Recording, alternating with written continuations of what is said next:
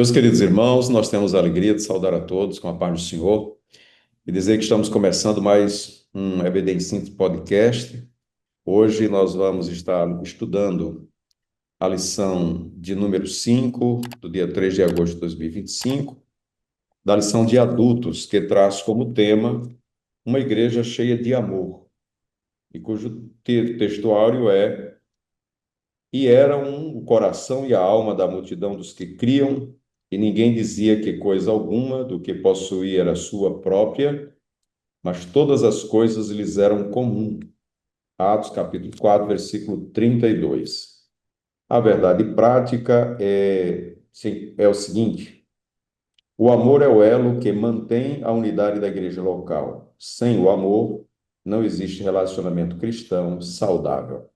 Muito bem, o nosso podcast é formado por minha pessoa, pastor Aldo, pastor Ítalo e irmã Milde. Hoje o pastor Ítalo não pôde participar e estamos na incumbência de estarmos aqui, eu e a irmã Amilde, para produzirmos esse podcast, que é um instrumento que vai ajudar o professor na ministração da sua aula. Irmã Amilde, a paz do Senhor, seja bem-vinda. A paz do Senhor, pastor Aldo. É um prazer estar sempre junto para fazermos a obra de Deus, não é? Segundo a É sua graça, verdade. a graça do Senhor. Graças a Deus. Irmã Milde, nós temos aqui essa lição, uma igreja cheia de amor, que vem estruturada em 3 tópicos, né? O primeiro deles é o amor manifestado na comunhão cristã. O segundo, o amor como manifestação da graça.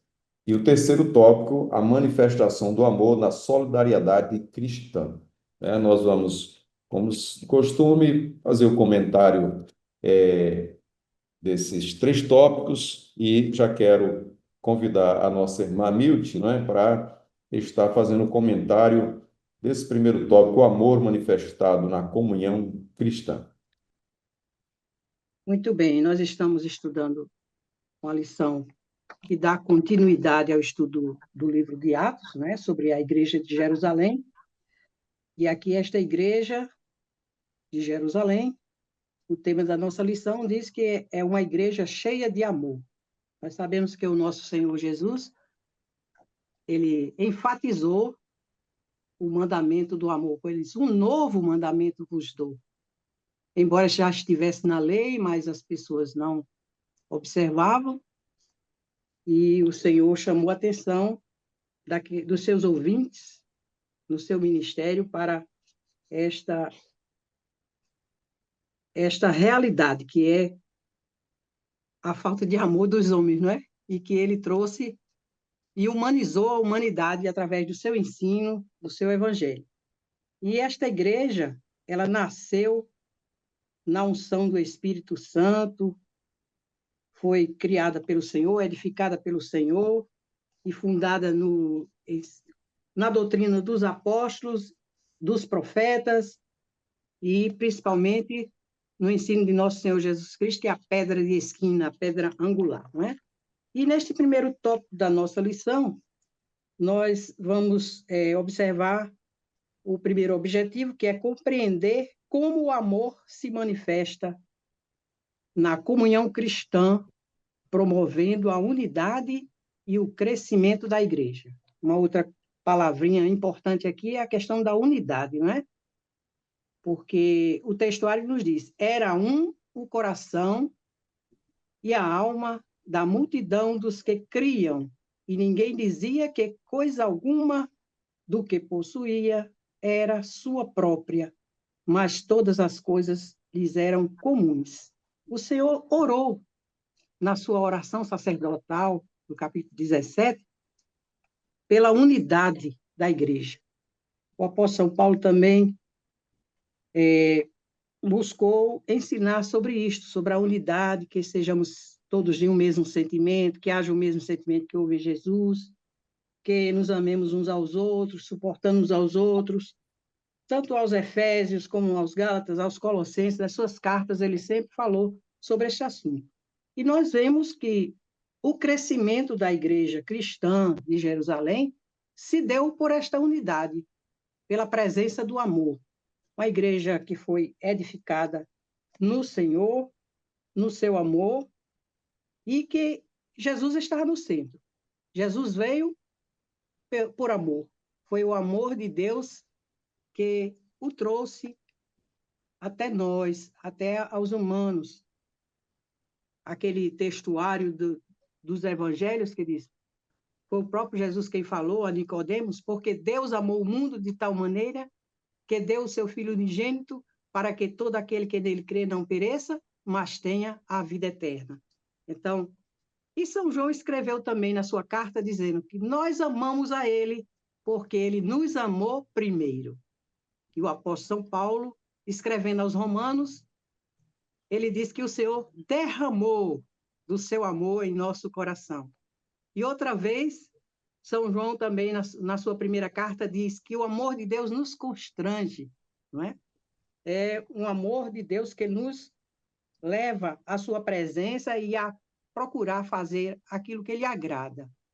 Convém lembrar que a fé cristã, ela opera por caridade. Se você ora, você tem que sentir pelo outro, sentir a situação dele. Se é por um enfermo, você tem que se comover, como Cristo se comoveu quando ele via os enfermos. A Bíblia muitas vezes fala nos evangelhos que ele se compungiu, que ele se comoveu de íntima compaixão pelas pessoas. E este amor que o Senhor derramou no coração desses crentes fez com que a igreja do Senhor se tornasse numa multidão, né? De 120 crentes do início, que estavam ali reunidos para receber a unção do Espírito, se tornou numa multidão. A igreja que havia começado apenas com 120, né? Com poucas pessoas, os apóstolos e seus familiares, vamos dizer assim. E como a igreja grande, uma pequena igreja também, quando há o crescimento, aí vem também os problemas, não é? A complexidade, vem os problemas também no meio da multidão. Mas pelo amor que nos une, nós enfrentamos os desafios na força do Senhor, na força do seu amor, na força do seu Espírito que nos move, não é?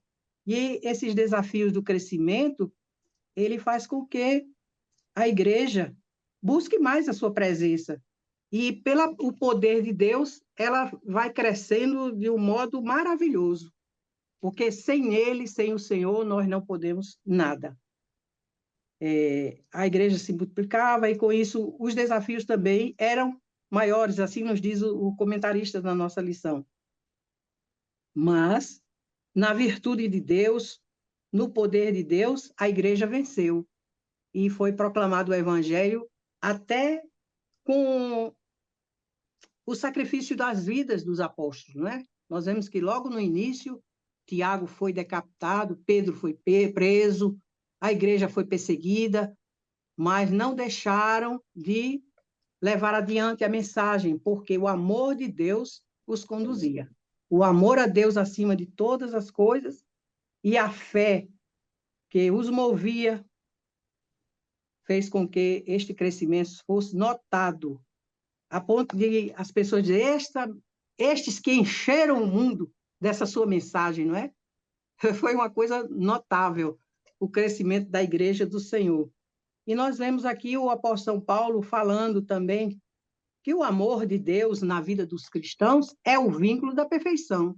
Nós somos aperfeiçoados no crescimento do seu conhecimento e do amor. A unidade cristã, ela se processa pelo crescimento do conhecimento de Deus e na prática do amor. Que o Senhor abençoe as nossas vidas, as vidas dos nossos alunos, dos nossos professores, que possam entender isto. Nós vemos no capítulo 3 da carta de Paulo aos Efésios, ele dizendo, por esta causa me ponho de joelhos. Aí, muitas vezes, nós vemos os irmãos fazendo campanhas de oração por outras causas, não a causa que está lá escrito em Efésios, que é o crescimento no amor, para entender a vontade do Senhor, compreender a largura, a profundidade do amor de Cristo. Então, o crescimento cristão, o crescimento na edificação cristã, é o conhecimento da vontade de Deus, é o conhecimento de Deus. nos tornar conhecido dele e nós nos conhecemos mais e mais a ele, pela sua palavra, pela unção do seu Espírito que nos revela, porque a igreja ela só cresceu porque o Senhor começou impulsionando a sua igreja e dizendo que estava com ela. O Senhor disse para os apóstolos, em Mateus 28:19, que eu estou, ele nem disse estarei, ele diz, estou convosco, todos os dias, até a consumação dos séculos. E o Senhor só está conosco se estivermos em unidade, em união, em amor. E isto é que faz a propulsão do crescimento da igreja na Terra. Amém. Concluindo esse tópico, irmã Milton, para aqueles que vão ministrar as aulas, né, aos nossos professores e professoras, a quem este material ele é endereçado, esse primeiro tópico ele fala da manifestação do amor na comunhão, ou seja, a comunhão ela tem um propósito, né? O versículo 32, que é a base, diz assim: mas todas as coisas lhes eram comuns. Ou seja, a base da comunhão é o amor. O amor, ele proporciona, ele é manifestado na comunhão. Mas, para que haja comunhão, tem que haver um propósito. E qual era o propósito maior da comunhão? Era a unidade da igreja. Como mesmo disse, aumentava o número de discípulos, não é? O texto diz a multidão dos que criam. Então, na multidão dos que criam, precisava haver união. E essa união, ela só era possível com a comunhão. Então, a comunhão ela tinha um propósito, que era unir a igreja. Né? A comunhão une a igreja. E essa comunhão só é possível por conta do amor de Deus, que foi derramado no coração desses crentes. Então, os crentes cheios do amor de Deus, eles, né, abriam mão do individualismo, né? E então vem o altruísmo, vem muitas outras coisas envolvidas, e ele vai gerar a comunhão, o bom relacionamento com Deus, gera o bom relacionamento entre os irmãos. Então, a comunhão, o amor, ele se manifestava na comunhão. Então, muitas vezes nós queremos essa mesma comunhão, mas onde está o amor? Né? Devemos procurar o amor de Deus, porque é o amor de Deus que vai nos trazer essa comunhão, e essa comunhão ela tem que ter um propósito, que é unir a igreja, criar unidade da igreja. Por quê? Aumentando o número dos discípulos, aumentou os desafios, aumentou os problemas, né? Se você está numa igreja pequena, os problemas são poucos. Se você vai para uma igreja maior, vai aumentar os desafios e o número dos problemas. E o que vai fazer a diferença? É o comportamento interno desta igreja, ou seja, como essa igreja internamente, né, ela está unida, né? Essa união é fruto da comunhão, essa comunhão, ela manifesta o amor que essa igreja tem uns pelos outros, não é? Então, são essas indagações, esses questionamentos que têm que se levantar nesse primeiro tópico, né? Para mostrar que a união é fruto da comunhão, que manifesta o amor de Deus no coração dos nossos irmãos. E essa manifestação desse amor o amor é também a manifestação da graça. Não é somente manifestação da comunhão, o amor se manifesta na comunhão, mas é também uma manifestação da graça de Deus, porque foi mediante o amor que o Espírito Santo, né, ele agiu no seio da igreja, no interior da igreja, no coração dos irmãos, e fez com que fizesse toda a diferença a igreja de Jerusalém. Então vamos, irmã Milde, começar aqui é, na exposição deste tópico 2, né? O amor como manifestação da graça. Tá certo. A graça que foi manifestada, ela veio através do próprio Senhor, que se ofereceu a si mesmo pelo Espírito de Deus, né? Não na força do Espírito do Senhor. A graça como manifestação do Espírito. Nós vemos que o ambiente atual do mundo é um ambiente terrível de individualismo, de egoísmo, é o egocentrismo, coisas que tornam as pessoas, inclusive, indiferentes à necessidade do outro, não é? Mas, com a graça de Deus manifestada no meio dos cristãos, nós vemos a graça de Deus se revela no amor, né?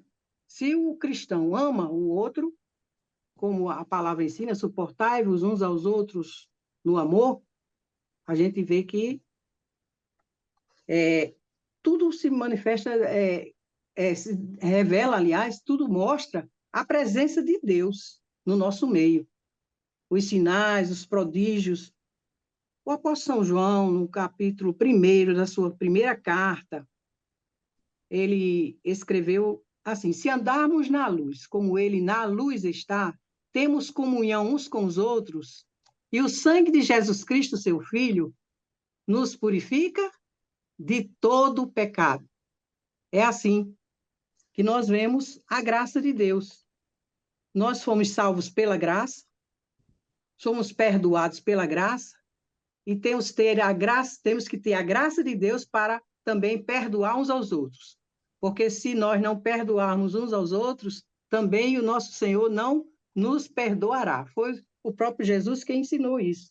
Nós temos que andar em união. E desde o Antigo Testamento nós temos essa mensagem de união para os crentes, debaixo da graça de Deus. O Salmo 133 diz: ali o Senhor ordena a sua bênção e a vida para sempre. Aonde? Onde há união, né? Havendo união. E os apóstolos, cheios da graça do Senhor, eles manifestavam o poder do evangelho, da ressurreição do Senhor. Eles davam testemunho de que o Senhor estava presente, que o Senhor ressuscitou. E era o Senhor quem estava no centro de todas as pregações. Ninguém buscava a glória para si. A gente vê quando o apóstolo São Pedro e João subiram ao templo naquela hora da oração, e que aquele moço foi levantado da sua doença, né, que se levantou, o coxo foi curado, foi no nome de Jesus, foi na virtude do Senhor. Então, eles davam testemunho com poder da ressurreição do Senhor Jesus, através dos milagres mesmo. Isso manifestava. Porque nós só podemos orar ao Senhor porque Ele está vivo. Está escrito na palavra que não há essa comunicação entre vivos e mortos, não é? Mas o Senhor está vivo, Ele ressuscitou, e Ele está com a igreja para também manifestar a sua glória através dela, pelos sinais, prodígios e maravilhas. E essa igreja, como o nosso irmão comentarista disse aqui, banhada da graça do Senhor, banhada do amor de Deus, ela estava imersa no Espírito Santo, e ela manifestava os sinais e a glória de Deus a cada instante. A graça como favor imerecido. Há ainda um outro aspecto da graça de Deus revelada neste texto. Em todos eles havia abundante graça. Coisa interessante, né? Eles sentiam um pelos outros, eles não viviam querendo um ser maior do que o outro, não viviam em litígio, né? Mas eram todos do mesmo sentimento, buscando o mesmo alvo, alcançar o mesmo alvo, que era a proclamação do Evangelho e alcançar vidas para o reino de Deus. E isto faz com que a igreja vá mais adiante, né? Vá mais adiante, porque Deus está com ela, manifesta o seu poder, e todos dão testemunho que Deus está no meio deles. Então, a graça de Deus se revela no amor cristão, capacitando os crentes a viverem equilibradamente, como diz o sinótico desse texto, né? Entre a comunhão e a prática dos dons espirituais. Ninguém buscava dizer que era um mais poderoso do que o outro, ou tinha mais virtude do que o outro, né? Mas aqui manifestava a glória de Deus, manifestava o nome do Senhor através dele, da pregação, e no nome do Senhor, na virtude do Senhor, é que eles tinham,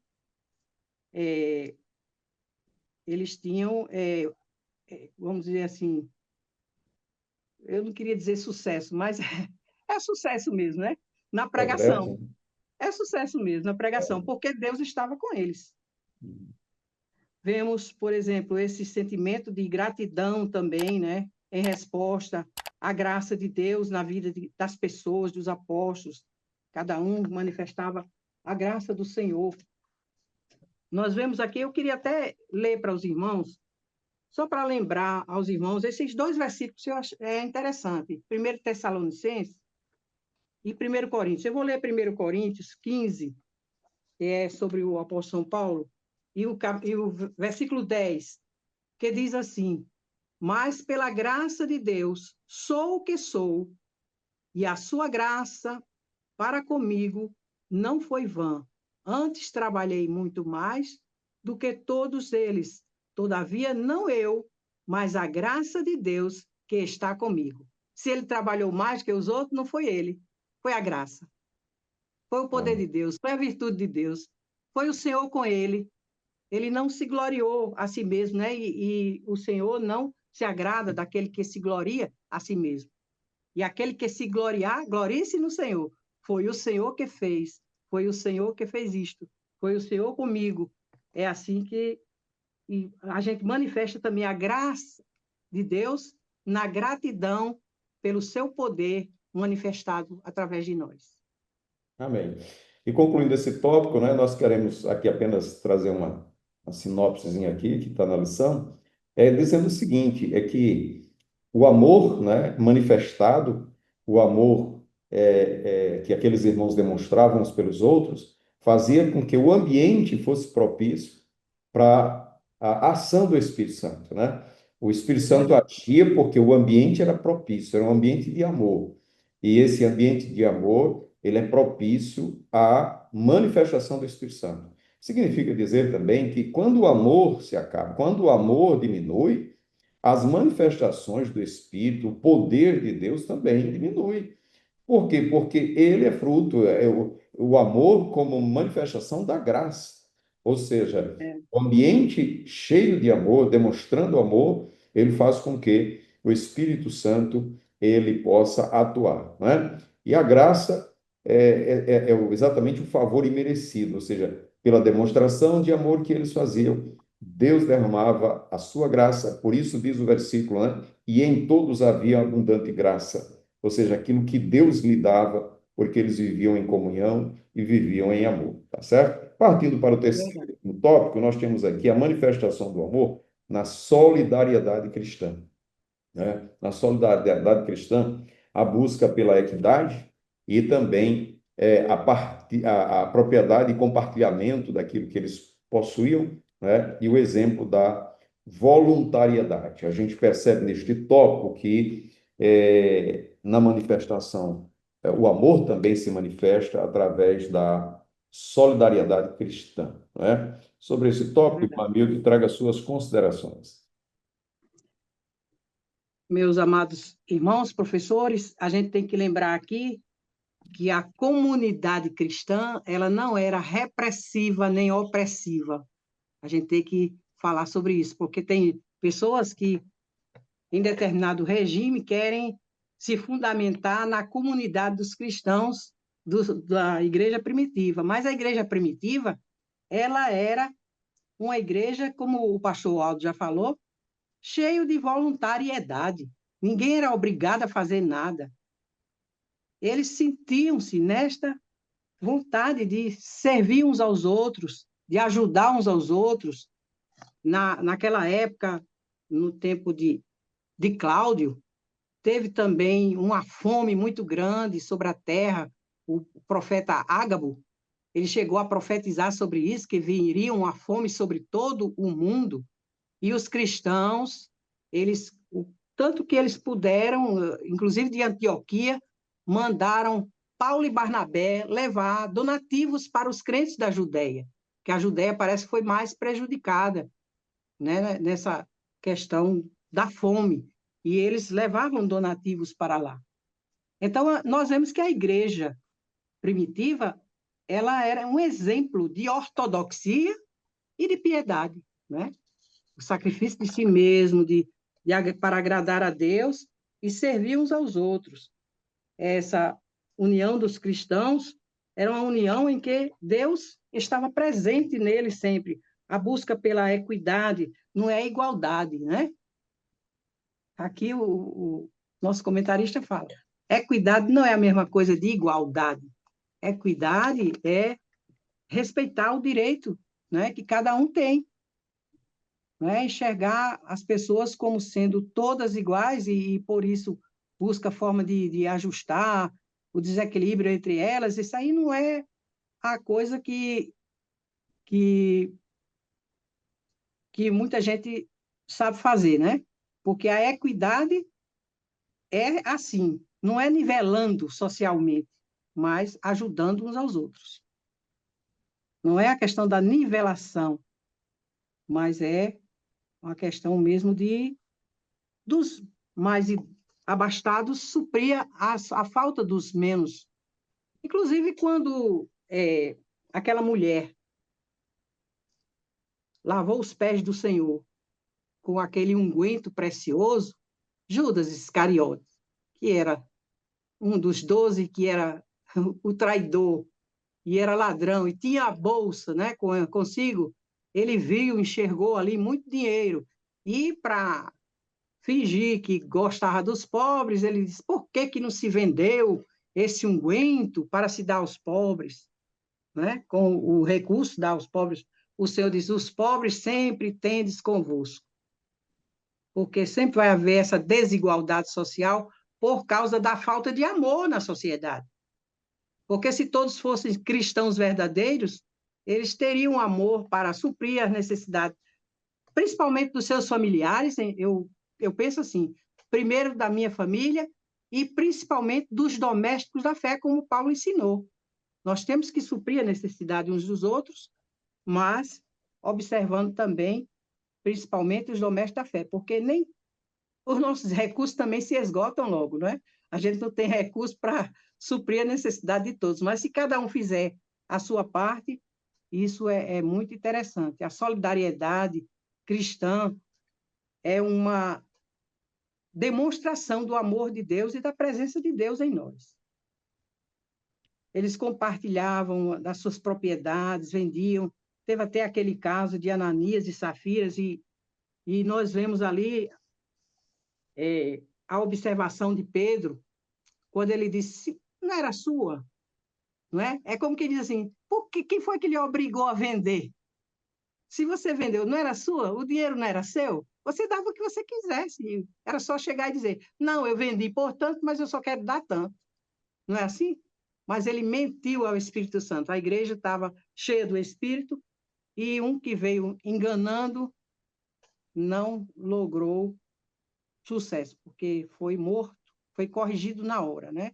A igreja não era uma comunidade repressiva ou opressiva, havia voluntariedade no serviço a Deus. União, amor, são as virtudes que nós devemos cultivar nesta prática da generosidade, que pode mudar a situação de uma pessoa, de uns dos outros, ajudando para que também todos possam ter pelo menos o básico, né, para a sobrevivência. Um exemplo de voluntariedade. Lucas destaca os que possuíam herdades, como o caso de Barnabé, né? O Barnabé foi o primeiro, né, que a Bíblia fala. O primeiro que vendeu as suas propriedades para repartir com aqueles que tinham necessidade. E trazia o preço do que fora vendido e depositava aos pés dos apóstolos. E certamente os apóstolos que eram que faziam a distribuição, a administração dos recursos que vinham da parte dos irmãos. E nada foi feito com obrigatoriedade, não havia opressão, como alguns regimes humanos querem impor às pessoas, inclusive tomando as propriedades dos outros, não é?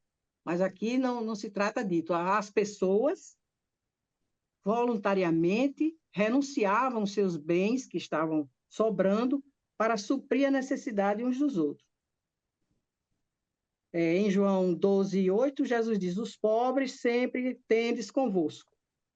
Cabe a nós, os crentes, procurar exercitar o amor de Deus, fazendo com generosidade a repartição, a assistência social para eles. para todos aqueles que têm necessidade.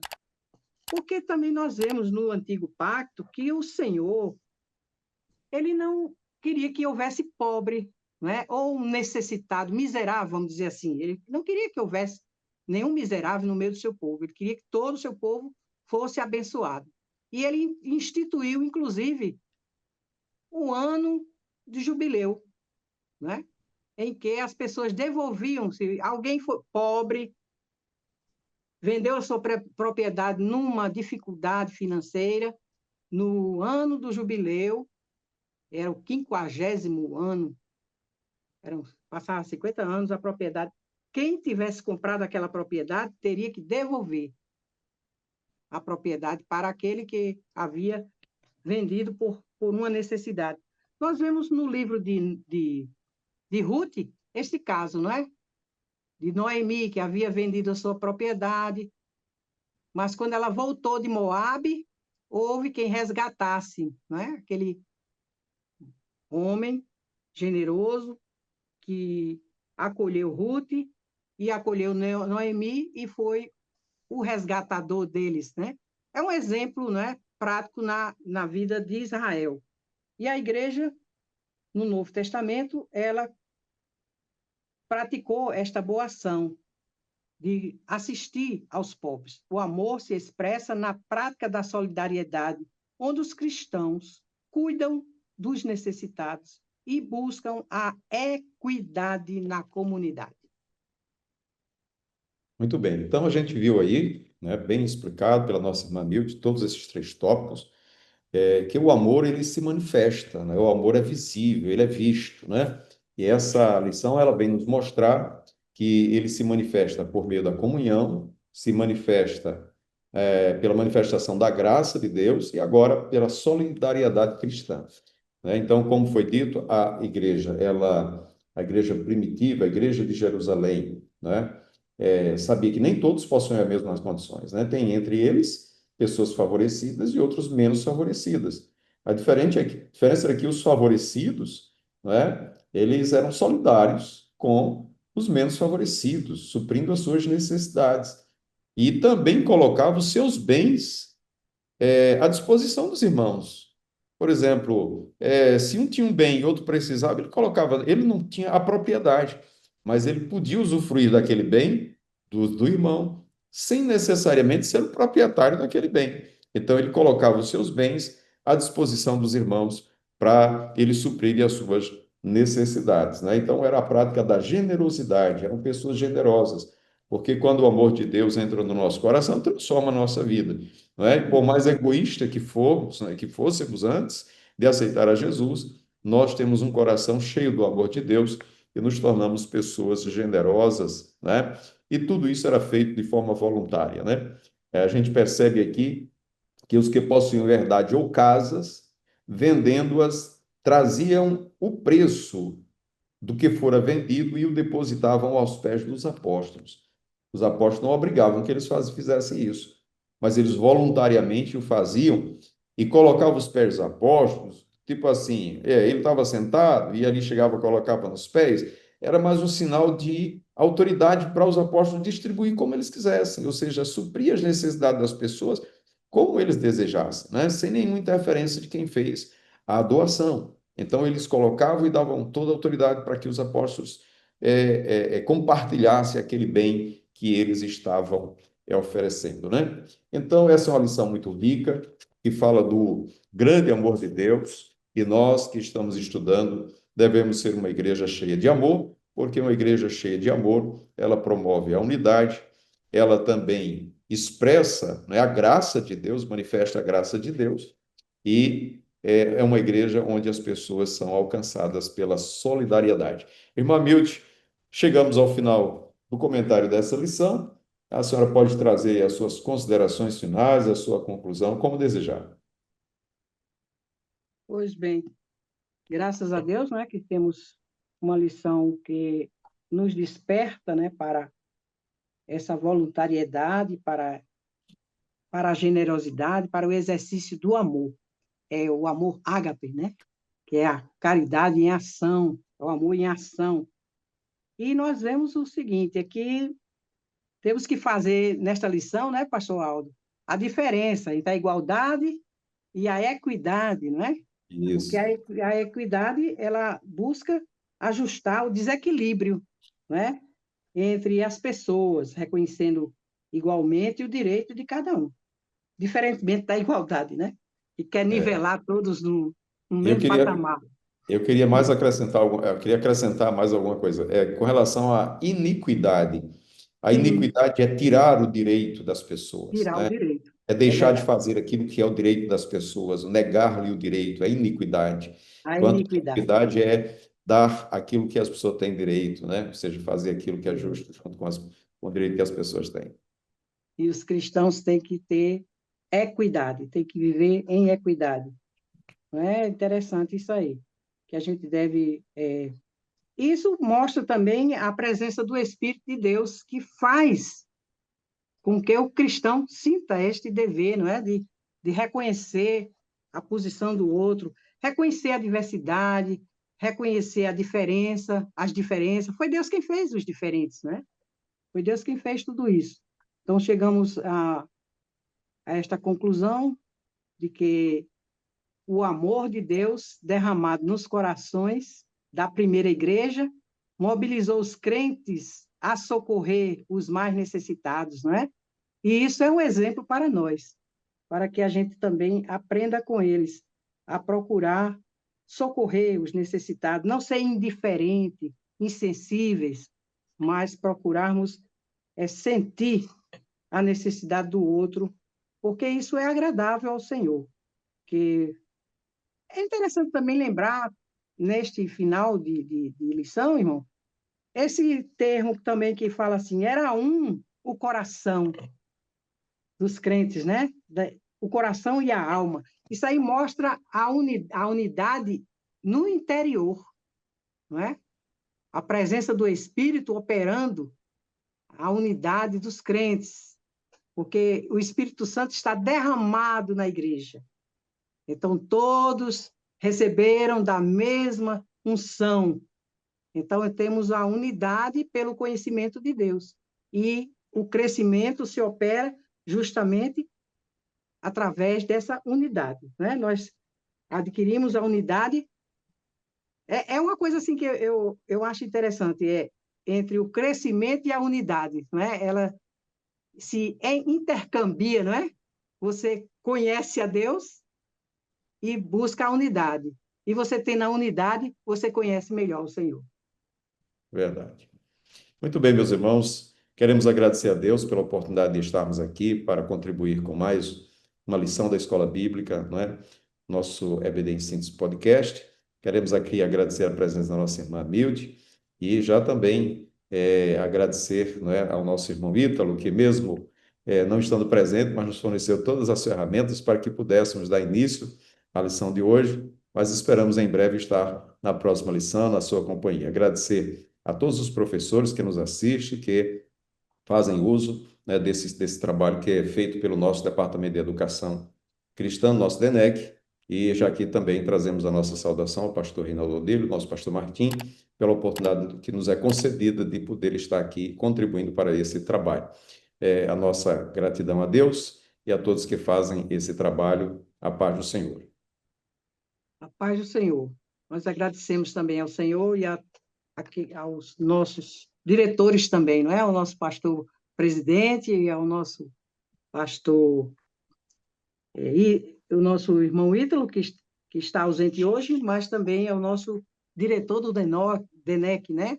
Que o Senhor continue abençoando o seu povo nessa jornada de edificação da igreja.